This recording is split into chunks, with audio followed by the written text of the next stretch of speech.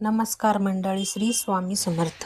स्वागत आहे तुमची माझी या यूट्यूब चॅनलमध्ये. आजचा दिवस तुम्हाला खूप छान सुखाच्या आनंदाच्या जाऊ हीच मी स्वामींच्या चरणी प्रार्थना करते आणि आज या नवीन व्हिडिओला सुरुवात करते.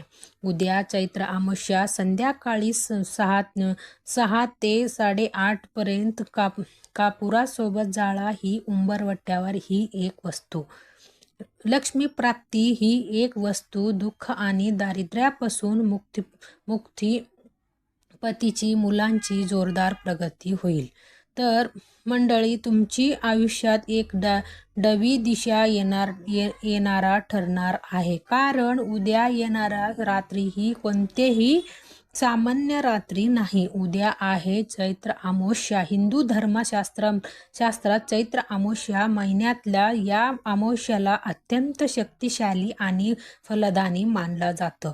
मैत्रिणी, कधी कधी आपण खूप कष्ट करतो, रात्रंदिवस मेहनत करतो, पण पदरात जसा म्हणले तसं काही पडत नाहीये. सतत पैशाचे अडचणी भाजत, मुलांना शिक्षण किंवा करिअरमध्ये विनाकारण अडथळे येतात. जर कधी पतीची नोकरीत, व्यवसायात संकटाच्या सावट असतो, तर तुम्हीही अशाच काही समस्यांनी झुजत असाल तर विश्वास ठेवा, आज तुम्ही या व्हिडिओ पाहत आहोत या योगायोग नसून तुमच्या आयुष्यातला दुःख आणि दुःख दूर करण्यासाठी नियमितीने पाठवलेली एक पवित्र संकेत आहे. आज मी तुम्हाला एक असंच अचूक आणि गुप्त उपाय सांगणार आहे, ज्याचा उल्लेख आपल्या प्राचीन ग्रंथामध्ये आढळले. हा उपाय तुम्हाला उद्या संध्याकाळी 6 ते 8:30 किंवा 9च्या मुहूर्तात करायच्या आहे. तुम्हाला कितीही मोठा विधी करायचा नाही, कोणतीही मोठी विधी करायची नाही किंवा खर्च करायची नाही. फक्त ती एक छोटीशी वस्तू तुम्हाला कापुरासोबत तुमच्या घराच्या उंबरवट्यावर जाळायची आहे. हे एक साधी या प्रयोगाने तुमच्या घरातली अनेक वर्षाच्या गरिबी, दारिद्र्य आणि नकारात्मकता कायमची नष्ट होईल. या जळल्याने वस्तूच्या धूर जसा आकाशात विरेल तशीच तुमची सर्व दुःखही संपून जातील. पण लक्षात ठेवा, हा उपाय करण्याच्या चूक विशिष्ट पद्धत आणि वेळ आहे. ते उपाय कोणती वेळ, ते चमत्कारिक वस्तू कोणती आहे, ती करताना कोणती चूक टाळायची आहे, सर्व सविस्तर जाणून घेण्यासाठी हा व्हिडिओ शेवटपर्यंत अगदी मनापासून पहा. अर्धवट माहिती घेऊन केलेली उपाय कधीच पूर्ण फळ देत नाही, हे कायम लक्षात ठेवा. व्हिडिओमध्ये पुढे जाण्यापूर्वी माझ्या सर्व लाडकी मैत्रिणींनो विनंती आहे, जर तुम्ही आपल्या या चॅनलवर पहिल्यांदा नवीन असेल तर अजूनही सदस्य झाले नसेल तर आत्ताच व्हिडिओला लाईक करा, जास्तीत जास्त लोकांपर्यंत शेअर करा आणि आपल्या चॅनलला सबस्क्राईब करायला विसरू नका. तुमच्या एक कृती मला असेच माहितीपूर्वक व्हिडिओ बनवण्यासाठी प्रोत्साहित देतं आणि आपली उपस्थिती, आपली श्रद्धा व्यक्त करण्यासाठी खाली कमेंट बॉक्समध्ये श्री स्वामी समर्थ किंवा ओम नमो भगवती वासुदेवाय नमः लक्षात ठेवा. जेव्हा आपण ईश्वरांचे नाव घेतो तेव्हा अर्धे संकट तिथे संपतं. चला तर मग जाणून घेऊया उद्याच्या चैत्र अमावस्याच्या ते चमत्कारिक उपाय. मैत्रिणींनो, आपण आयुष्याच्या अनेकदा रक्ताच्या पाणी करतो, प्रामाणिकपणे कष्ट करतो, पण तरीही यश मिळत नाही. घरात लक्ष्मी येतं पण टिकत नाही. पैसे कुठल्या ना कुठल्या मार्गाने येतं पण कुठल्या मार्गाने जातं हे समजत नाही. घरात सतत विनाकारण कटकटी होतात. मुलांच्या अभ्यासात लक्ष लागत नाही किंवा पतीची कामात प्रगती योजी सारखे अडथळे येतात. तुम्ही कधी विचार केला आहे का की असं का होतं? याच्या सर्वात मोठी कारण आपल्या घरातली उंबरवट्टा असू शकतो. वास्तुशास्त्र अनुसार उंबरवट्टा हा केवळ लाकडाच्या किंवा दगडाचा तुकडा नसतो. ते उंबरवट्टा हा केवळ लाकडाचा नसतो, ते तुमची घराच्या संरक्षण कवच असतो. ते सकारात्मकता आणि नकारात्मकता ऊर्जाच्या वेगळी करणारे मुख्य स्तोत्र असतात. जर या उंबरवट्यावर काही दोष असतील तर लक्ष्मी उंबरवट्याच्या बाहेरूनच परत फिरती. मैत्रिणींनो, उद्या येणारे चैत्र अमावस्याची संधी अमावस्या नाही, ही वर्षातला पहिली आहे अत्यंत प्रभावी अमावस्या आहे. पितृ दोषापासून मुक्त मिळण्यासाठी, अडकलेली धन परत मिळण्यासाठी आणि माता लक्ष्मीला आपल्या घरात कायमच्या बोलवण्यासाठी ही सर्वात मोठी तिथी मानले जातं. पितरांचा आशीर्वाद मिळाल्याशिवाय कोणत्याही कार्यात यश मिळत नाही आणि हा आशीर्वाद मिळण्याच्या उद्याचा दिवस हा सर्वात मोठी योग आहे. उद्या संध्याकाळी 6 वाजून 8:30 पर्यंत किंवा 9च्या शास्त्रात सांगितले आहे की या 3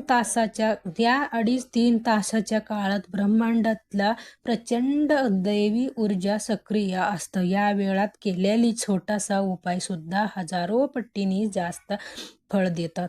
आता मी ज्या वस्तू ह्याच्याबद्दल तुम्हाला सांगणार आहे ती वस्तू आपल्या प्रत्येकाच्या स्वयंपाकघरातच अगदी सहज उपलब्ध असतं. आपण तिचा वापर दररोज जेवणाच्या चव वाढण्यासाठी करतो, पण तिच्या आध्यात्मिक शक्ती आणि तिच्या तांत्रिक महत्त्व कदाचित कोणाला ठाऊक असतं की या वस्तू जेव्हा भीमसेनिका कापुराच्या पवित्र अग्नी जळतं तेव्हा त्यातून निर्माण होणारा धूर केवळ घरातल्या हवा शुद्ध करत नाही, तर तुमच्या घरातली पिढ्यापिढ्यांची बसलेली वास्तुदोष आणि नजर दोषा मुळापासून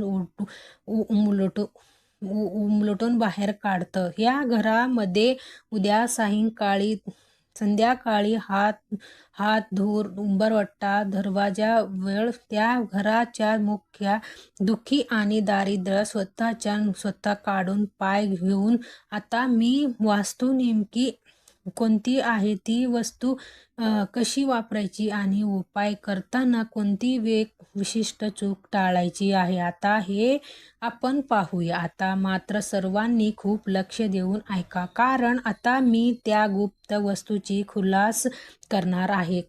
मैत्रिणी, ती वस्तू तिसरी काही नसून तुमच्या स्वयंपाकघरातला सर्वात शक्तिशाली मसाला आहे. ती म्हणजे काळी मिरा ब्लॅक पेपर आणि त्याच्यासोबतच लागणारी दुसरी वस्तू म्हणजे लवंग. हे तुम्ही बरोबर ऐकलं असेल. काळी मिरी आणि नकारात्मकता ऊर्जा शोषून घेण्यासाठी ओळखली जातं, तर लवंग ही लक्ष्मीचे आकर्षित करण्यासाठी आणि कोणत्याही कामात यश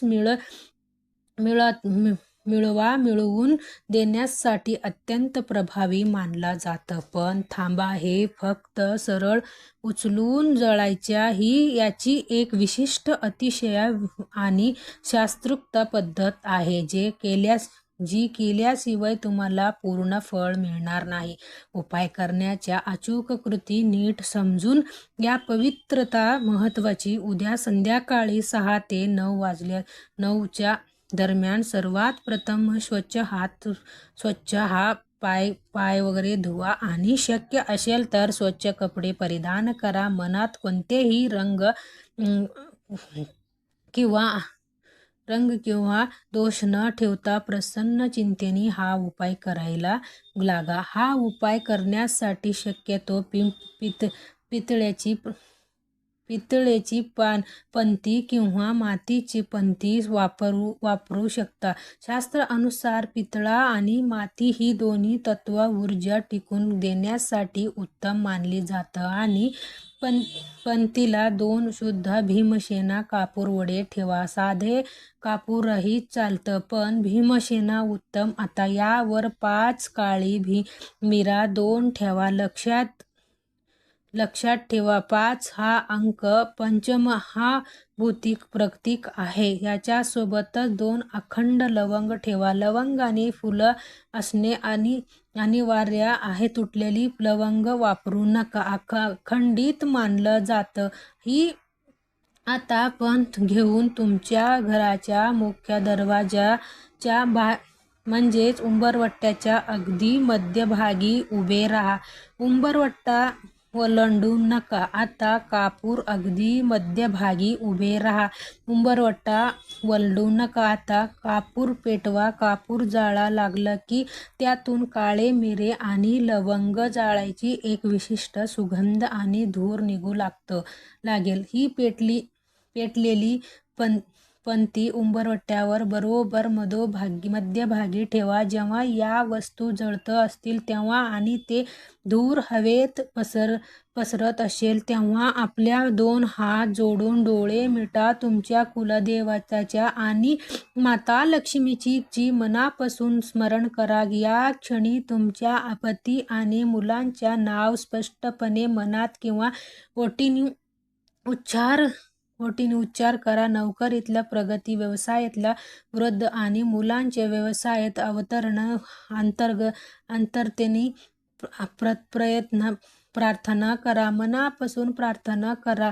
माझ्या घरातली सर्व दुःख, दारिद्र्य आणि इडापिडी या अग्नीसोबत जाळून भस्म होऊ द्या, असा संकल्प करा. सर्वात महत्त्वाची टीप सांगते ऐका. मैत्रिणी, ह्या पहाटी उंबरवट्यावर ठेवल्यानंतर घरात परतताना मागे वळून पाहू नका. ही क्रिया करताना मनात पूर्ण विश्वास ठेवा की या धुरासोबतच तुमच्या घरातली सर्व नकारात्मकता, शक्ती, वाईट नजर आणि वास्तुदोष कायमच्या बाहेर काढत आहे. हा धूर जसा तुमच्या घरावर उंबरवट्यावर दरवळेल तसा माता लक्ष्मीच्या आगमनाचा मार्ग पूर्णपणे मोकळा होईल. मैत्रिणी, उंबरवट्टा उपाय तर तुम्ही करालच, पण मला माहिती आहे की एक स्त्री म्हणून आपल्यासाठी स्वतःच्या सुखापेक्षा आपल्या पतीच्या प्रगती आणि मुलांच्या भविष्य जास्ती महत्त्वाचं असतं. जर तुम्हाला वाटत असेल की तुमच्या पतीची कष्टाची झावे आणि मुलांच्या यशाची शिखर सर करावेत, तर उद्याच्या चैत्र अमावास्येच्या शुद्ध मुहूर्तावर या 2 ते 3 अतिशय प्रभावी गोष्टी करायला विसरू नका. हे उपाय छोटी असेल तर याचा परिणाम मात्र खूप जोरदार आहे. मुलांच्या उज्ज्वल भविष्यासाठी ही एकाग्रतेसाठी अनेक पालकांच्या तक्रार असतं की मुलं अभ्यास तर करतात, पण त्यांच्या लक्षात राहत नाही किंवा त्यांच्या मन अभ्यासात लागत नाही. अशा वेळी उद्या अमावास्येच्या रात्री एक छोटा प्रयोग करा. मुलांच्या अभ्यासाच्या टेबलवर किंवा जिथे झोपतात त्या खोलीत एक काचेची छोट्या वाटीत थोडासा खडे मीठ भरून ठेवा. मीठ हे नकारात्मकता ऊर्जा शोषून घेण्याच्या सर्वात मोठी साधना आहे. रात्रभर ते मीठ तिथेच राहू द्या. दुसऱ्या दिवशी सकाळी कोणाशीही न बोलता ते मीठ घ्या आणि वाहत्या पाण्यात किंवा घराबाहेर विसर्जित करा. यामुळे त्यांच्या अभ्यासाच्या जागेतील सर्व जडत्व निघून जाईल आणि त्यांची एकाग्रता कामलीच वाढेल. पतीची करिअर मधल्या यशासाठी आणि धनलाभासाठी उपाय सांगते ऐका. माझ्या ज्या मैत्रिणी असं वाटतं की त्यांना पतीची कामात सारखे अडथळे येत आहेत, पगार वाढत नाही किंवा व्यवसाय गिरहाय टिकत नाही. याच्या उद्या एक खास गोष्टी करा. उद्या